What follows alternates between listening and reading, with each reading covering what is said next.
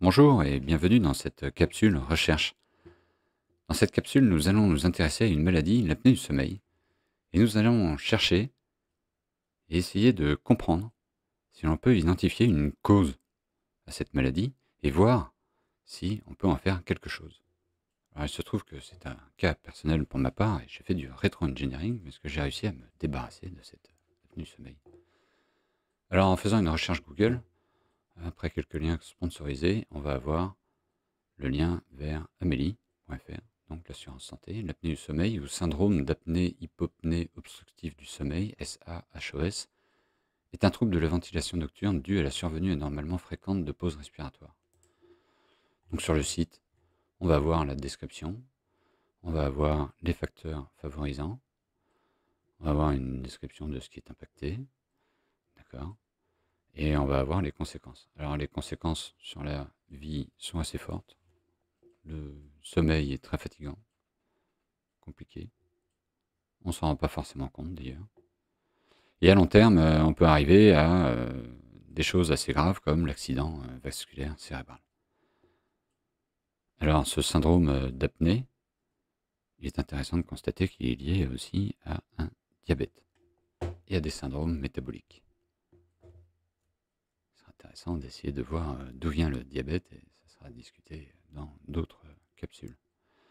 Alors, vivre avec une apnée du sommeil, c'est compliqué. Se faire aider, conduite automobile.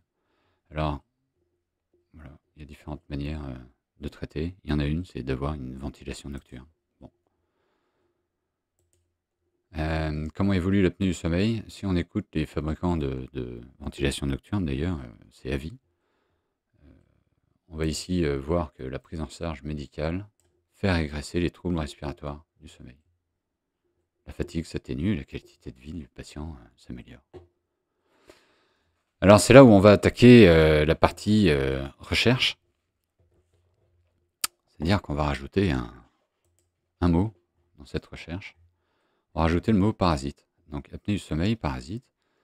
Et là, on va voir qu'on va parler de la maladie du sommeil. On va aller chercher un petit peu plus loin. On ne voit pas forcément quelque chose, syndrome d'apnée du sommeil, fermeture répétée, d'accord. Alors, on va changer un petit peu la recherche, on va mettre bactéries.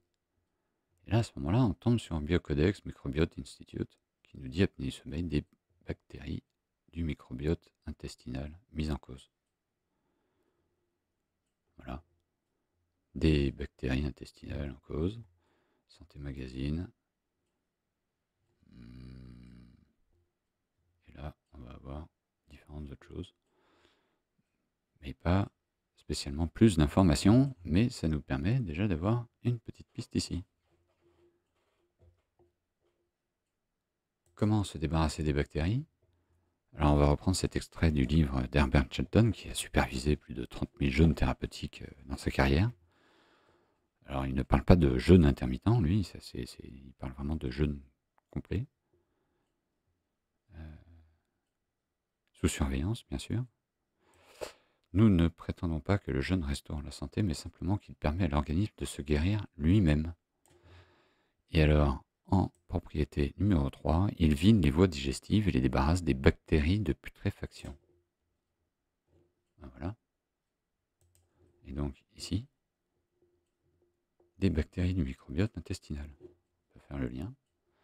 Et alors, une autre technique contre les bactéries serait l'huile de térébenthine, ou turpentine en anglais. Et il y a beaucoup de vidéos sur cette chaîne, sur cette huile essentielle de térébenthine qui vient de la sève de pin et du terpène pinène et autres terpènes qu'elle contient. Et donc là, voilà, turpentine, ointment in bacterial skin infection. Donc on va voir que la térébenthine va être efficace contre les bactéries. Voilà. Merci d'avoir écouté et à bientôt.